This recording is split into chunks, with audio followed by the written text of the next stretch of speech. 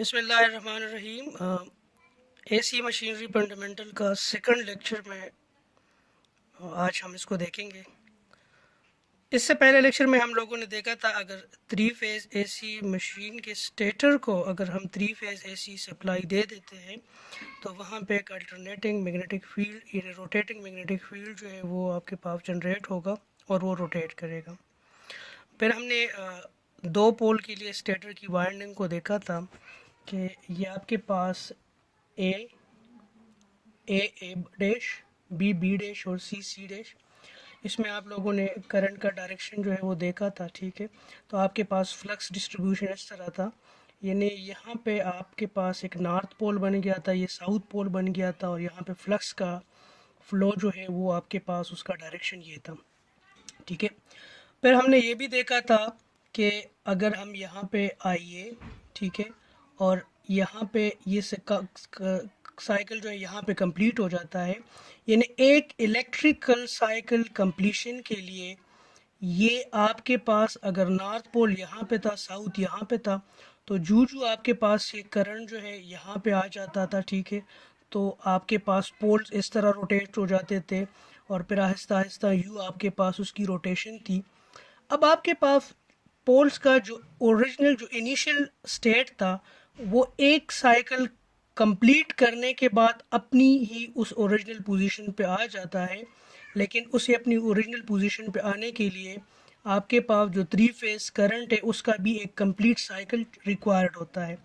यानी आपके पास यहाँ पे जो रेट ऑफ रोटेशन है, मैग्नेटिक फील्ड की जो रेट ऑफ रोटेशन है वो आपके पास डिपेंड करता है इसके साइकिल पे। तो दो पोल के लिए हमने देखा था कि जब थ्री फेज एसी करंट का एक साइकिल कंप्लीट होता है तो आपके पास इसका भी एक आरपीएम जो है, एक रिवोल्यूशन जो है वो कंप्लीट हो जाता है। ठीक है, अब अगर हम क्या करें, दो पोल्स के लिए हम वाइंडिंग करें, यहाँ पे दो पोल्स के लिए अगर हम क्या करें वाइंडिंग करें तो हम कैसे करेंगे। यहाँ से आप लोग देख लें कि आपके पास जो वाइंडिंग थी वो A dash B C dash A B dash C, यहाँ पे आप देखें A dash B C dash A B dash C, तो यहाँ पे इसको मैंने रिप्रेजेंट किया है A dash B C dash A B dash C. इसके लिए आपके पास जो स्टेटर को जो आप एनर्जाइज कर रहे हैं थ्री फेज से उसकी इलेक्ट्रिकल फ्रीक्वेंसी और स्टेटर में जो मैग्नेटिक फील्ड है उसकी रोटेटिंग की जो फ्रीक्वेंसी है वो बराबर है। यानी जब आपके पास थ्री फेज एसी करंट का एक साइकिल कंप्लीट हो जाता है, ठीक है, तो आपके पास मैग्नेटिक फील्ड का भी एक साइकिल कंप्लीट हो जाता है, रोटेटिंग मैग्नेटिक फील्ड जो है वो एक साइकिल कंप्लीट कर लेता है। ठीक है, अच्छा, अब अगर मैं क्या करूँ, ये जो वाइंडिंग है इसको रिपीट कर दूँ, ये आप देखें A B C A dash B C dash A B dash C, ये आपके पास दो पोल के लिए आपके पास वाइंडिंग था। अब अगर इसको आप रिपीट कर दे इसी स्टेटर में A dash B C dash A B dash C, तो अब यहाँ पे चार पोल्स का स्टेटर बनेगा। ठीक है, यहाँ पे आप देखें,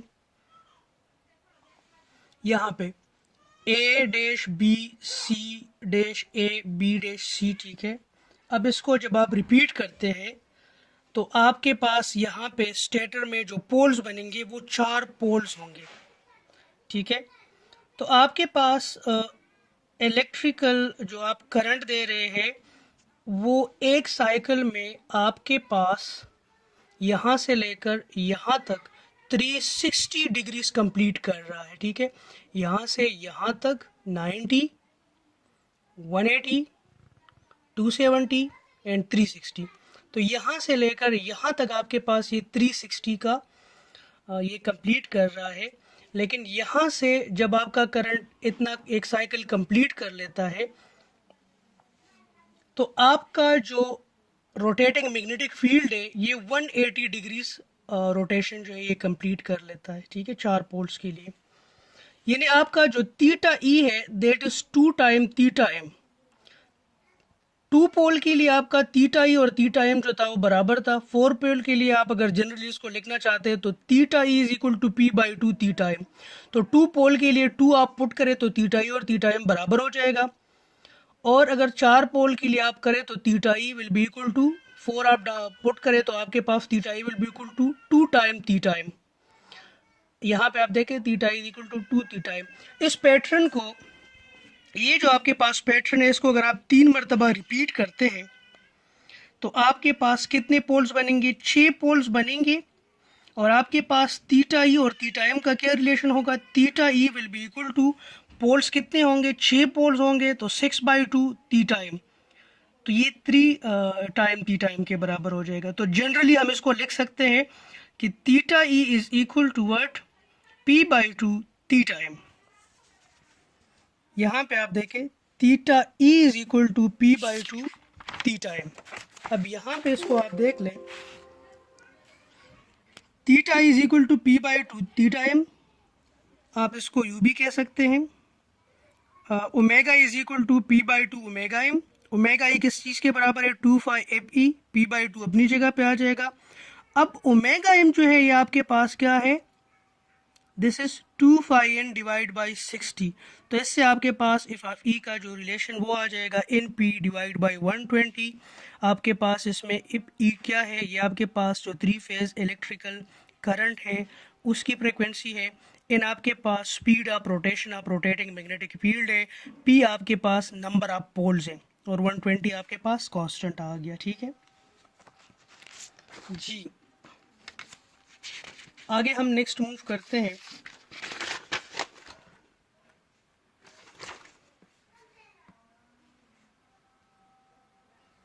अब हम flux distribution on AC machines को देखेंगे कि आपके पास जो एसी मशीन्स है उसमें फ्लक्स डिस्ट्रीब्यूशन कैसे होता है। ठीक है, यहाँ पे 2 किस्म के रोटर्स को दिखाया गया है। एक रोटर जो है वो आपके पास है सिलेंड्रिकल टाइप का रोटर है, और ये आपके पास इस तरह का रोटर है जिसके पोल पेसेस जो है वो आपके पास सरफेस से प्रोजेक्टिंग आउट हो रहा है। ठीक है, यहाँ पे देखिए projecting out from the surface. तो आपके पास ये जो सिलेंड्रिकल रोटर है इसको हम नॉन सेलिएंट पोल बोलते हैं। ये सिलेंड्रिकल रोटर है, दिस इज नॉन सेलिएंट पोल। हम थ्रू आउट कोर्स में इसको डिस्कस करेंगे। और ये जिसके पोल पेसेस जो है वो आपके पास सरफेस से प्रोजेक्टिंग आउट हो रहे हैं, तो इसको हम कहते हैं सेलिएंट पोल रोटर। ठीक है, नॉन सेलिएंट पोल रोटर को आप अगर देखते हैं तो नॉन सेलिएंट पोल के केस में यहाँ पे आप देखें 2 पोल के लिए जब आप लोगों ने वाइंडिंग की थी तो आपके पास एक इस पोल बना था, एक आपके पास इन पोल बना था।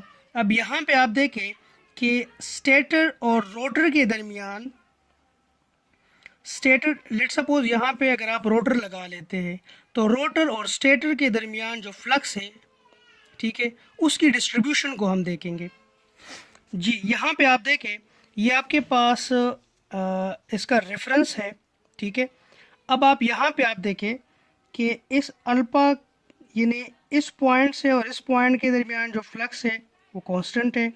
इसी तरह इस और इसके दरमियान फ्लक्स कांस्टेंट है। यहाँ पे आपके पास कांस्टेंट फ्लक्स है। ठीक है, ये कांस्टेंट फ्लक्स है, ये भी क्या है? कांस्टेंट फ्लक्स है। अब आप क्या करें, अल्फा के साथ इस फ्लक्स के एम्पलीट्यूड को अगर आप लोग इसको देख लेते हैं तो आपके पास इसका जो डिस्ट्रीब्यूशन बनेगा,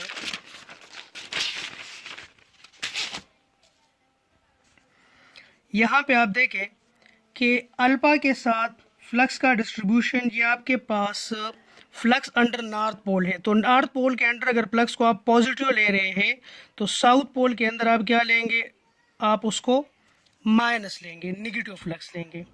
ठीक है, ये आपके पास अल्फा के साथ फ्लक्स की वेरिएशन है, इसको हम कहते हैं स्पेशल वेरिएशन ऑफ फ्लक्स, कि फ्लक्स जो है वो कैसे वेरी कर रहा है।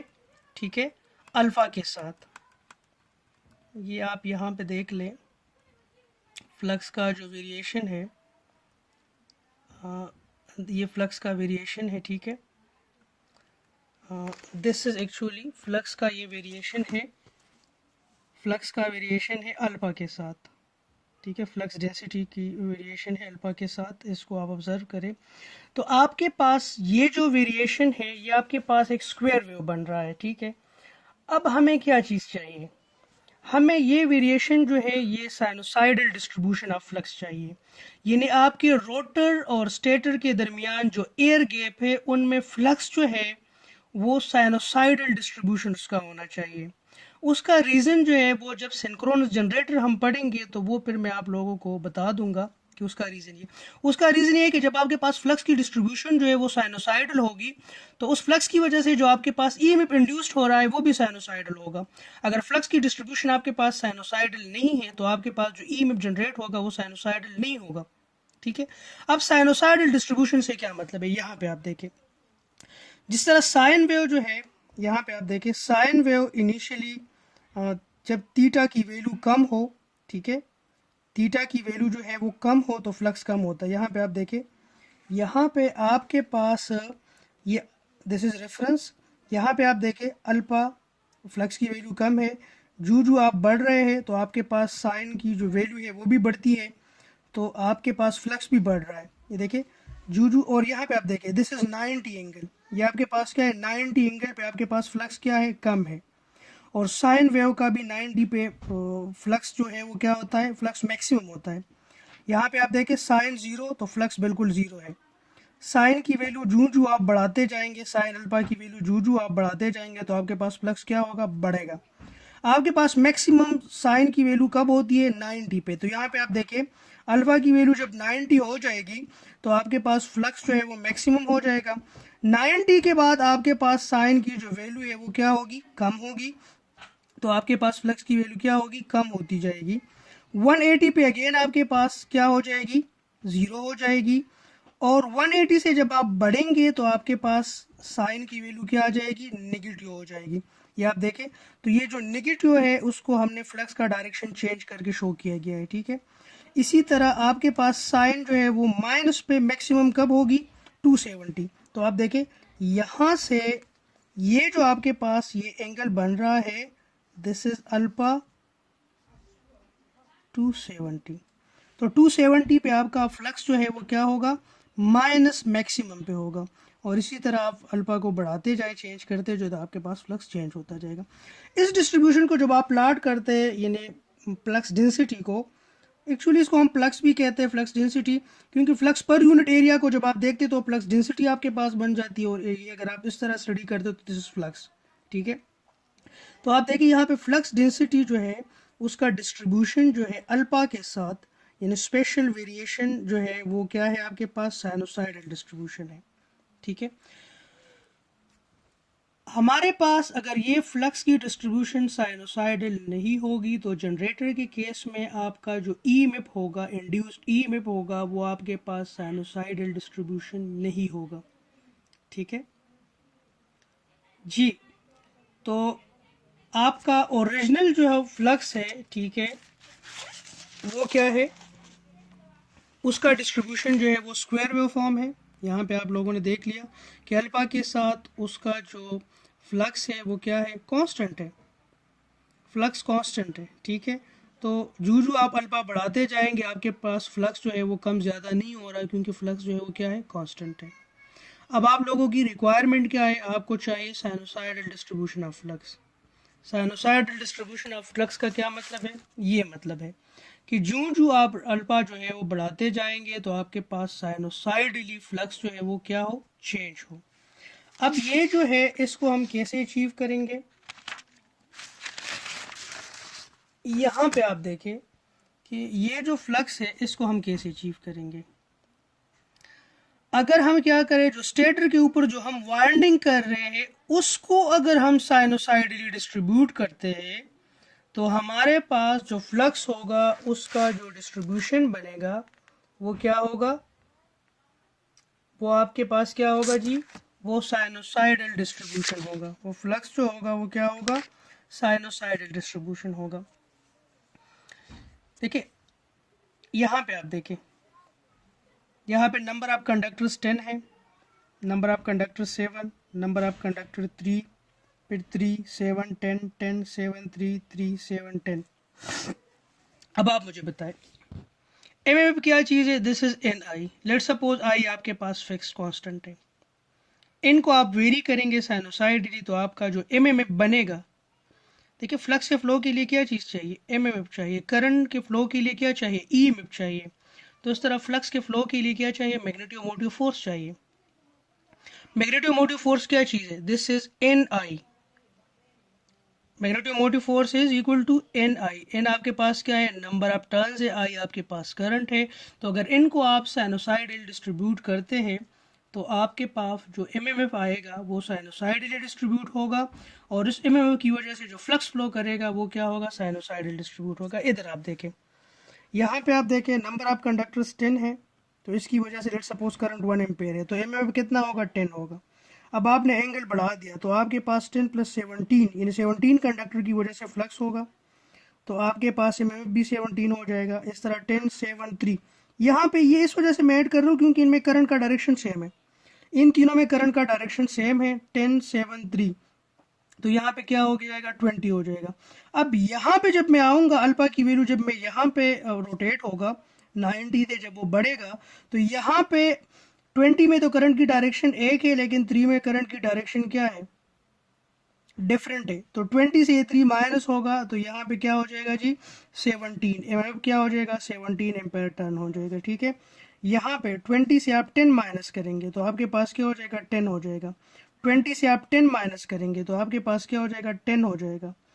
फिर आप क्या करेंगे, 20 से आप 20 माइनस करेंगे तो इस पोजीशन पे आपका एमएफ आपके पास क्या हो जाएगा, 0 हो जाएगा। यहाँ पे -7 हो जाएगा, -10 हो जाएगा, -13, -17, -20 एंड अगेन 0। तो इस तरह का आपके पास फ्लक्स का डिस्ट्रीब्यूशन हो जाएगा। ठीक है, और इसको अगर आप इंटरपोलेट करें, ठीक है, तो ये आपके पास तकरीबन साइनोसाइडल डिस्ट्रीब्यूशन है। इनिशियली हमारे पास फ्लक्स का डिस्ट्रीब्यूशन क्या था, स्क्वायर था। रीज़न, क्योंकि आपके पास हर एक स्लॉट में एक कंडक्टर था, उसमें सेम करंट फ्लो हो रहा था, तो वहाँ पे फ्लक्स लाइंस क्या होते थे, सेम होते थे। ठीक है, यहाँ पे क्या है, यहाँ पे आप लोगों ने फ्लक्स का डिस्ट्रीब्यूशन साइनोसाइडल बनाने के लिए आपने कंडक्टर को साइनोसाइडली डिस्ट्रीब्यूट किया, तो आपके पास जो एमएमएफ आ रहा है वो साइनोसाइडल आ रहा है। और देखिए जिस तरह अगर वोल्टेज जो है वो साइनोसाइडल होगा तो उसकी वजह से जो करंट फ्लो करेगा वो क्या होगा, साइनोसाइडल होगा, अनटिल एंड अनलेस अगर आप उसको डीसी में कन्वर्ट नहीं करते। तो जो फ्रिक्वेंसी वोल्टेज की होगी वही फ्रिक्वेंसी करंट की भी होती है।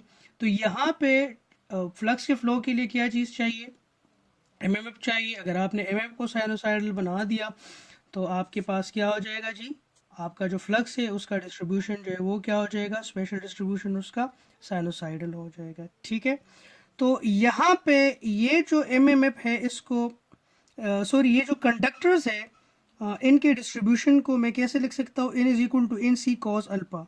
यानी जो आप cos अल्फा यहाँ पे क्या है, अल्फा वैल्यू 0 है, तो आपके पास कंडक्टर्स कितने हैं, 10 है। यहाँ पे NC जो है ये फिक्स 10 है, NC इज व्हाट, 10। अब जैसे जैसे आप अल्फा की वैल्यू बढ़ाते जाएंगे, कॉज अल्फा की वैल्यू क्या होती जाएगी, कम होती जाएगी, और आपके पास जो इफेक्टिव एन है, इफेक्टिव नंबर ऑफ कंडक्टर्स जो वो क्या होंगे, कम होंगे। सॉरी, तो इसको आप इस तरह मॉडल कर सकते हैं कि आपके पास जो एन है, N C cos alpha, N C आपके पास फिक्स 10 है, ठीक है, और कॉज अल्फा वेरी होके आपके पास साइनोसाइडल डिस्ट्रीब्यूशन जो है वो आपके पास आपको मिल रहा है जी। तो ये आप लोगों ने फ्लक्स के डिस्ट्रीब्यूशन को देखा, और अब इनकी जो बुक है, चैपमैन का बुक है, उसको भी आप देख लें कि चैपमैन के बुक में क्या कहता है। ठीक है, ये कहते हैं flux distribution on AC machine, कहते हैं there is a ferromagnetic rotor in the centre of the machine with a small air gap between the rotor and the stator. ये आपके पास स्टेटर है, ये आपके पास रोटर है, इसके दरमियान जो है दिस इज़ एक्चुअली स्टेटर, ये आपके पास स्टेटर है, दिस इज़ रोटर, इनके दरमियान ये एयर गैप है। The rotor can be cylindrical like the one shown, और it can have a pole pieces projecting out from its surface. ये जो रोटर है सिलेंड्रिकल भी हो सकता है, जिस तरह ये आपके पास सिलेंड्रिकल है। ये जो है इसके पोल पेसेस जो है उसके सरफेस से प्रोजेक्ट आउट भी हो सकते हैं। तो ये कहते हैं कि इसको हम क्या कहते हैं, इसको हम द रोटर इज सिलेंड्रिकल। अगर रोटर सिलेंड्रिकल है तो ये नॉन सेलियंट रोटर है, और ये क्या है, सेलियंट रोटर है। ठीक है, जी अभी आगे कहते हैं refer to the cylindrical rotor, कहते हैं सिलेंड्रिकल रोटर को अगर हम देखते हैं the reluctance of the air gap in this machine is much higher than the reluctance of either the rotor और द स्टेटर। बिल्कुल, रोटर और स्टेटर जिस मटेरियल से बने उनका रिलक्टेंस बहुत कम है, एयर का बहुत ज़्यादा है, तो फ्लक्स ने शॉर्ट पाथ को फॉलो करना है। ठीक है, तो ये क्या करेगा, ये यहाँ से स्ट्रेट वर्ड जाएगा। ठीक है, तो यहाँ पे फ्लक्स चूंकि नंबर ऑफ कंडक्टर्स यहाँ पे क्या है, सेम डिस्ट्रीब्यूट है, यहाँ पे एक कंडक्टर है, एक कंडक्टर, एक कंडक्टर, एक कंडक्टर, एक कंडक्टर है, करंट भी सेम है, तो यहाँ पे फ्लक्स डेंसिटी सेम होगी, फ्लक्स डेंसिटी सेम होगी। तो इसको जब आप प्लॉट करते हैं, जैसे हमने बल पॉइंट से इसको प्लॉट किया था, तो इसका डिस्ट्रीब्यूशन जो है ये आपके पास स्क्वायर वेव बनेगा। ठीक है, and this machine is much higher than the reluctance of either the rotor or the so the flux density vector B takes the shortest possible path across the air gap and jumps perpendicularly between the rotor and the stator, and the resultant flux will be a square wave। resultant flux जो है आपके पास square wave होगा। ये भी क्या कहते हैं, to produce a sinusoidal voltage in a machine like this, the magnitude of the flux density vector B must vary in a sinusoidal manner along the surface of the air gap।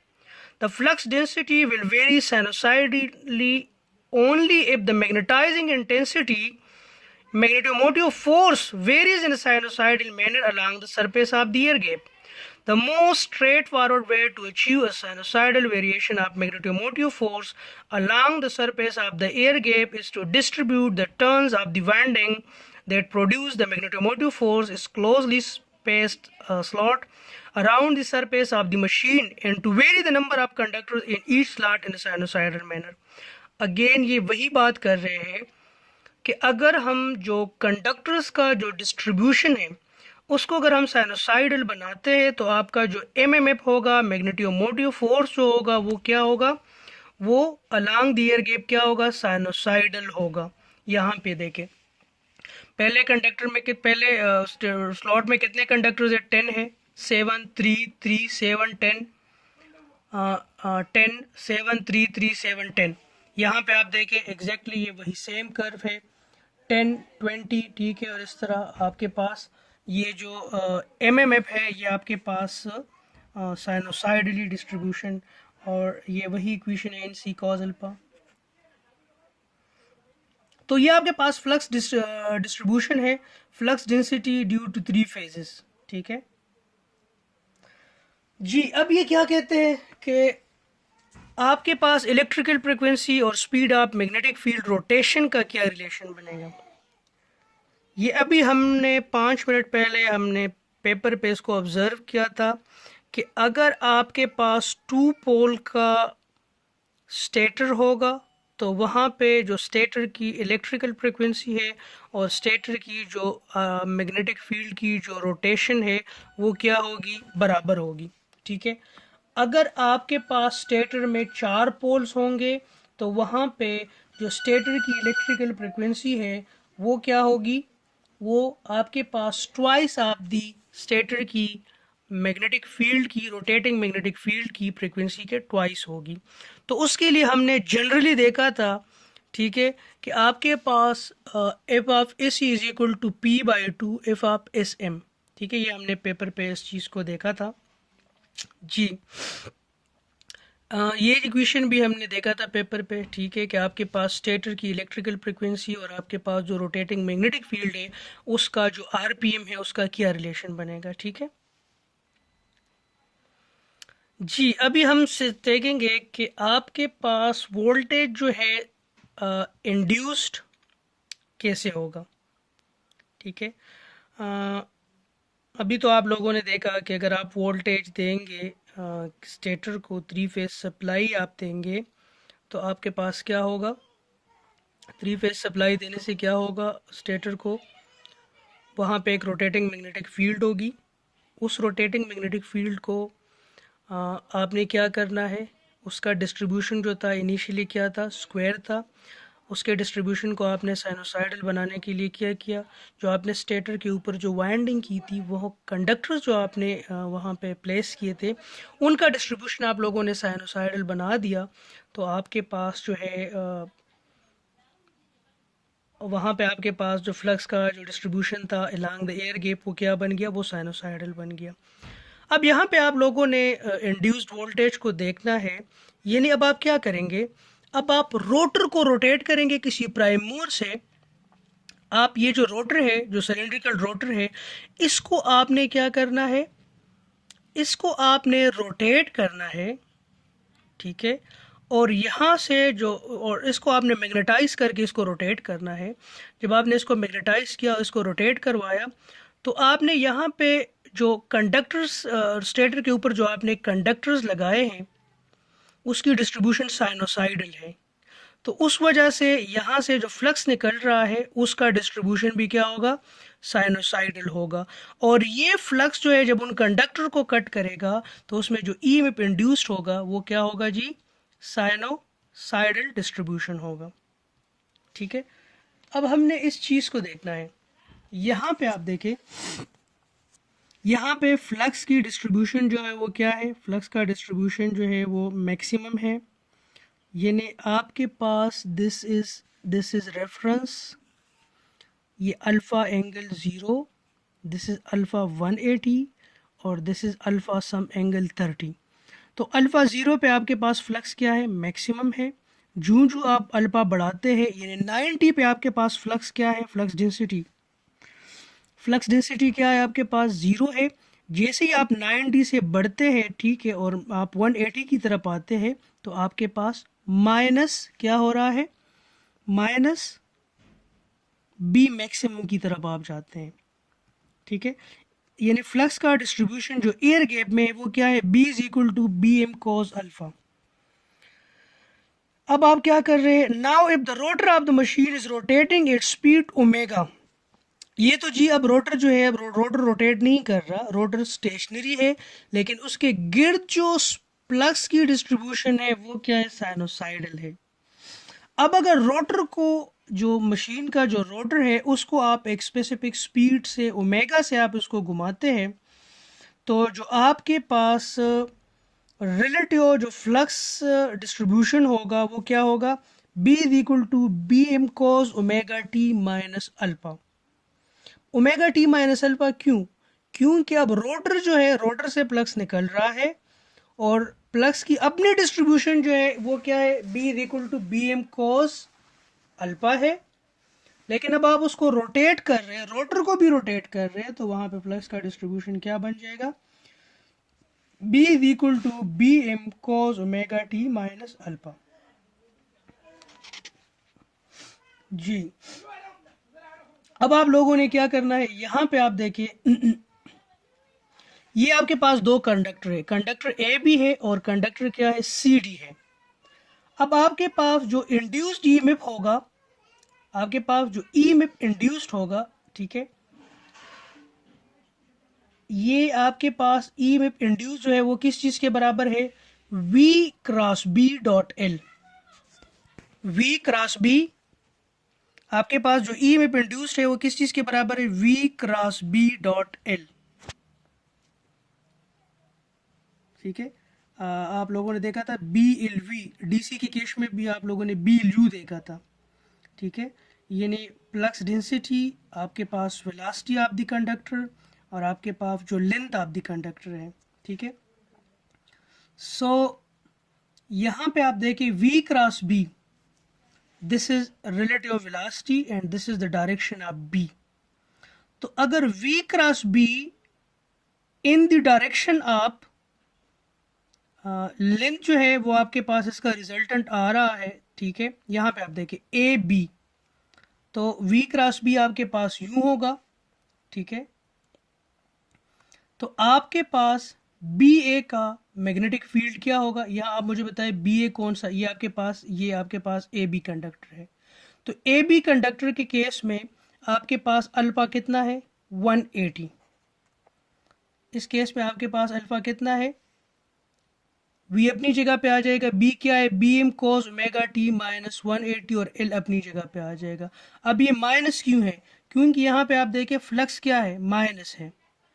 इसमें आप देखें यहाँ पे flux क्या है, इस flux को अगर आप पॉजिटिव ले रहे हैं तो यहाँ पे ये फ्लक्स क्या है, दिस इज माइनस। तो फ्लक्स आपके पास माइनस बी एम है, फ्लक्स क्या है माइनस बी एम है, और आपके पास अल्फा क्या है 180 है। तो यहाँ पे आप देखें this is V B L, तो v अपनी जगह पे आ जाएगा, b की जगह B M cos omega T minus 180 आ जाएगा, और l अपनी जगह पे आ जाएगा। तो minus V B M L cos omega T minus 180। Conductor C B में आपके पास जो ई में इंड्यूस्ड होगा वो 0 होगा, और ई डी सी यानी आपके पास ये जो कंडक्टर है this is E D C. तो ई डी सी का फ्लक्स जो है वो क्या है, ईडीसी का फ्लक्स क्या है पॉजिटिव है। ईडीसी आपके पास ये यहाँ पे जो कंडक्टर है, तो यहाँ पे फ्लक्स की जो है वो पॉजिटिव है, ठीक है। और अल्फा की वैल्यू क्या है, एग्जैक्ट ये अल्फा की वैल्यू क्या है, मैक्सिमम पे अल्फा की वैल्यू क्या है 0 है। तो यहाँ पे आप लोग देखें, यहाँ पे सी डी कंडक्टर में आपके पास वी बी एल, वी अपनी जगह पे आ जाएगा, बी की जगह क्या आ जाएगा B M cos omega T minus alpha था, लेकिन अल्फा की वैल्यू 0 हो गई, तो बीम कॉस ओमेगा टी, और एल अपनी जगह पे V B M L cos omega T. अब इन दोनों को आप ऐड करें ई इंड्यूस्ड क्या होगा आपके कंडक्टर ए बी में और कंडक्टर सी डी में, जो आपके पास ई में इंड्यूस्ड हो रहा है उनको आप ऐड करें। तो बी ए में क्या था minus V B M L cos omega T minus 180 plus V B M L cos omega T, ठीक है। सिंस कॉस थीटा किस चीज़ के बराबर है माइनस कॉस थीटा माइनस 180, तो इस इक्वेशन को मैं लिख सकता हूँ ये देखिए ये कॉस थीटा किसके बराबर है माइनस कॉस थीटा माइनस 180, तो minus cos omega T minus 180 की जगह मैं लिख सकता हूँ कॉस ओमेगा टी, तो ये आ जाएगा V B M L cos omega T, ये अपनी जगह पे आ जाएगा, तो ये ऐड हो जाएंगे 2 V B M L cos omega T.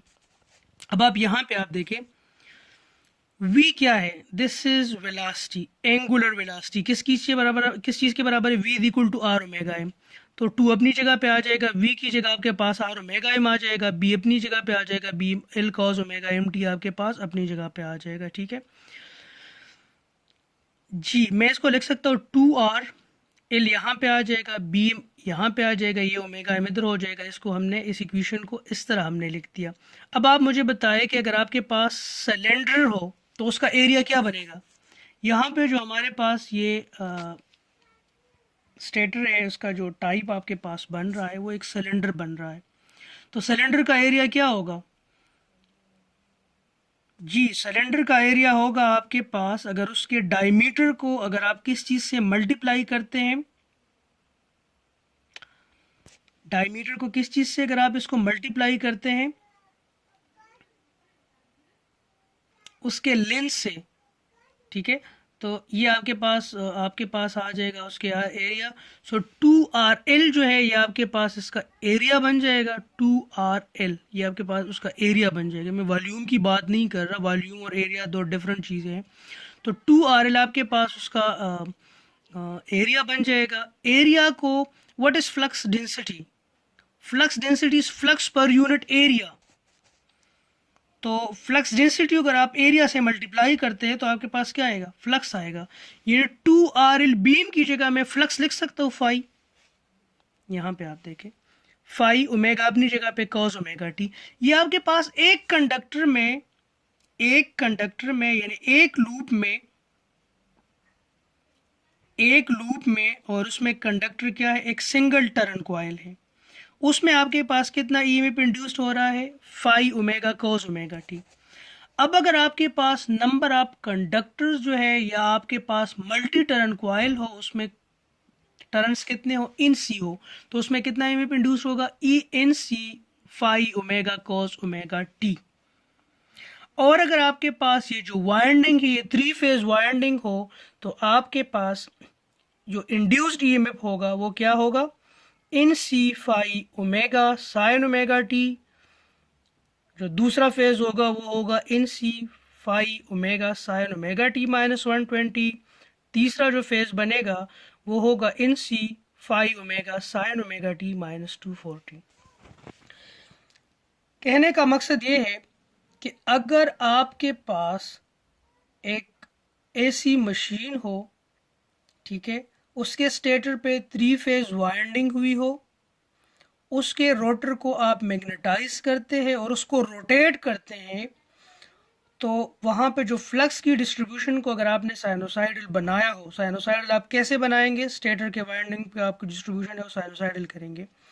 तो वो फ्लक्स जब आपके पास थ्री फेज स्टेटर के ऊपर जो थ्री फेज वाइंडिंग है उसको जब वो कट करेगा तो उसमें क्या होगा, ईएमएफ इंड्यूस्ड होगा, और वो ईएमएफ जो है वो क्या होगा, थ्री फेज ईएमएफ होगा, जिसमें फेज ए का क्या होगा, N C phi omega sine omega T, B B dash का क्या होगा, N C phi omega sine omega T minus 120, phase C उसका क्या होगा, N C phi omega sine omega T minus 240।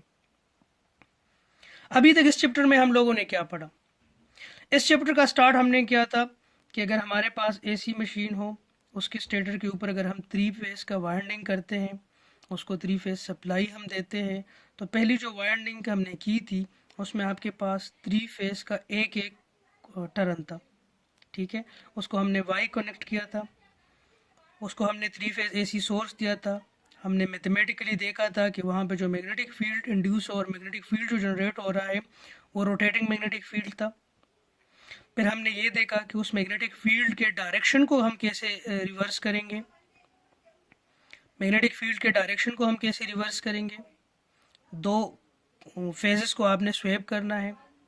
अच्छा, उसको हम एज ए मोटर कैसे चलाएंगे, अगर रोटर जो है, रोटर के ऊपर आपने डीसी सप्लाई कर दी, ठीक है, रोटर के ऊपर अगर आपने लेट सपोज डीसी सप्लाई कर दी, स्टेटर पे आपने थ्री फेज एसी सप्लाई कर दी, तो रोटर पे जो आपके पास आपने डीसी सप्लाई की थी, रोटर क्या हो जाएगा, इलेक्ट्रोमैग्नेट बन जाएगा, लेकिन वो रोटेटिंग मैग्नेटिक फील्ड नहीं होगा, वो क्या होगा, रोटेटिंग मैग्नेटिक फील्ड नहीं होगा, ठीक है। अब आप स्टेटर की जो मैग्नेटिक फील्ड है वो क्या हो रहा है, वो थ्री फेज आपने उसको एसी सप्लाई दी है, वो रोटेटिंग मैग्नेटिक फील्ड बन गया। तो अगर रोटर का जो मैग्नेट है और रोटेटिंग मैग्नेटिक फील्ड का जो मैग्नेटिक फील्ड है, ये अगर आपस में इंटरलॉक हो जाते हैं तो आपका ये मशीन कहलाएगा सिंक्रोनस मोटर।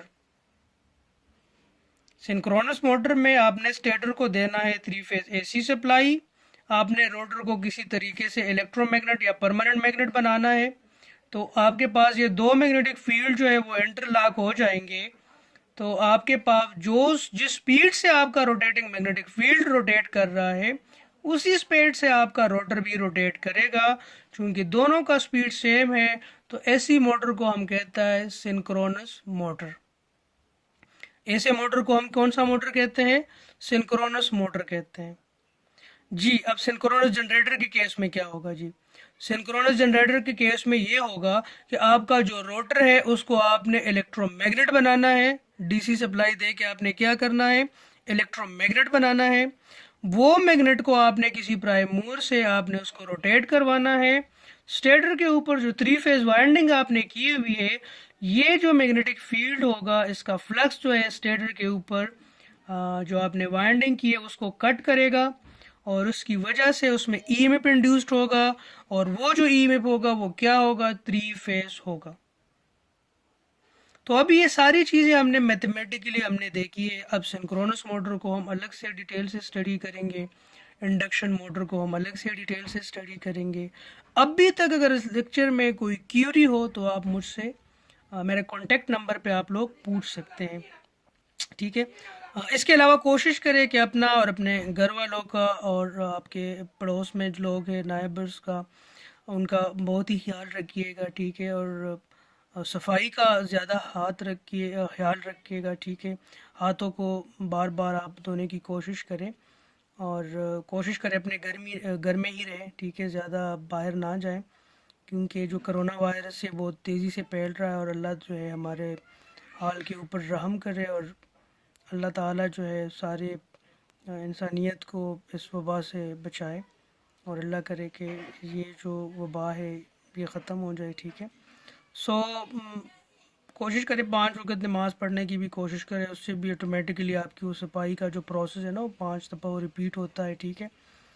तो कोशिश करें कि 5 वक़्त की नमाज़ी बन जाए, स्पेशली जो कोरोना का टाइम है। वैसे भी 5 वक़्त की नमाज़ पढ़नी चाहिए, लेकिन अभी जो कोरोना का जो वायरस जो है ऐसे मौके पर तो लाजमी फिर 5 मरतबा वज़ू कर लेना ही बेहतर होगा, ठीक है। सो अपना ख्याल रखिएगा, और ये लेक्चर जो है कम से कम इसको 2 बार सुनने की कोशिश करें। लाज़मी बात है कभी कभार इंसान से गलती हो जाती है बोलने में, जिस तरह अभी मुझे पता है मैंने फ्लक्स डेंसिटी को फ्लक्स का भी कभार कहा है, लेकिन एक ही बात है, flux per unit area, flux density.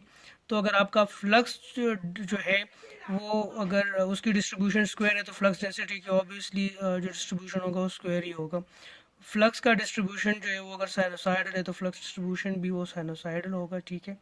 कोई भी मिस्टेक हो तो वो पर आप लोग जो है मेरे से कंफर्म कर सकते हैं, कहीं पे भी डाउट हो, ठीक है, तो कंफर्म कर सकते हैं आप लोग। चलिए ठीक है, ओके, अल्लाह हाफिज़।